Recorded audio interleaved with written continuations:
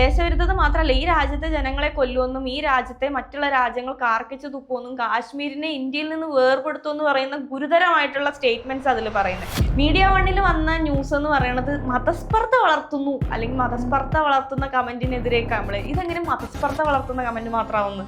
അതിൽ പക്ക ദേശവിരുദ്ധതയല്ലേ കൊടുത്തിരിക്കുന്നത്.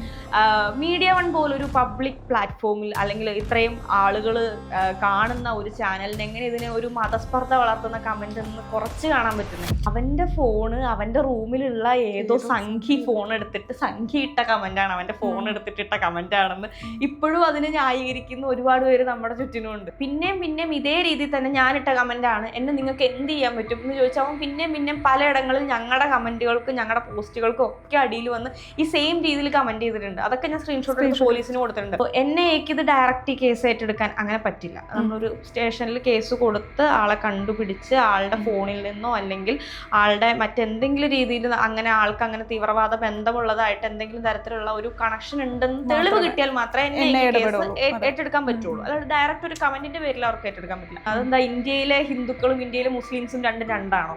ഇവരെല്ലാവരും എല്ലാ മതത്തിനും അപ്പുറത്തേക്ക് ഇന്ത്യക്കാരല്ലേ, ഭാരതത്തിലെ ജനങ്ങളല്ലേ, ഭാരതമാതാവിന്റെ മക്കളല്ലേ. ഇന്ത്യൻ സ്വാതന്ത്ര്യ സമരം നടന്നതിന് ശേഷം ഇന്ത്യയിൽ നിന്നാൽ മതി എന്ന് അത്രയും ആത്മാർത്ഥതയോടുകൂടി ഇന്ത്യയിൽ നിന്നവരാണ് ഇന്ത്യയിലെ മുസ്ലിംസ് എന്ന് പറയുന്നത്. അത് ഞങ്ങൾക്ക് വേറെ രാജ്യം മതത്തിന്റെ പേരിൽ വേണമെന്ന് ഒരു വിഭാഗം ആളുകൾ ചോദിക്കുകയും വാങ്ങിക്കുകയും ചെയ്ത് അവർ പാകിസ്ഥാനിലേക്ക് പോയപ്പോഴും അവരുടെ കൂടെ പോകാതെ ഞങ്ങൾക്ക് ഞങ്ങളുടെ ഈ രാജ്യം മതി എന്ന് പറഞ്ഞ് ഇവിടെ നിന്നവരാണ് ഇന്ത്യയിൽ ഈ പറയുന്ന ഈ കമന്റ് ചെയ്തിരിക്കുന്ന ഇന്ത്യൻ മുസ്ലിംസ് എന്ന് പറയുന്ന ഒരു വിഭാഗം ആളുകൾ. പിന്നെ PC ജോർജ്, അദ്ദേഹത്തെ എനിക്ക് കുഞ്ഞിലെ മോൻ. അത് ഞാൻ BJP-യിലേക്ക് വരുന്നതിന് മുന്നേ, BJP എന്താണെന്ന് പോലും അറിയുന്നതിന് മുന്നേ, ഞാൻ LP UP ഹൈസ്കൂൾ ആ ഒരു ടൈമിലൊക്കെ, അന്ന് ബാലവൂലൊക്കെ ഉള്ളൂ. അന്ന് പാർട്ടിയോട് നമുക്ക് വലിയ കണക്ഷനില്ല. അന്ന് മുതലേ അന്നും ഇന്നും എന്നും എനിക്ക് എന്നും ഇഷ്ടപ്പെട്ട ഒരു പൊളിറ്റീഷ്യൻ PC ജോർജിന്റെ ഫാനാണ്. PC George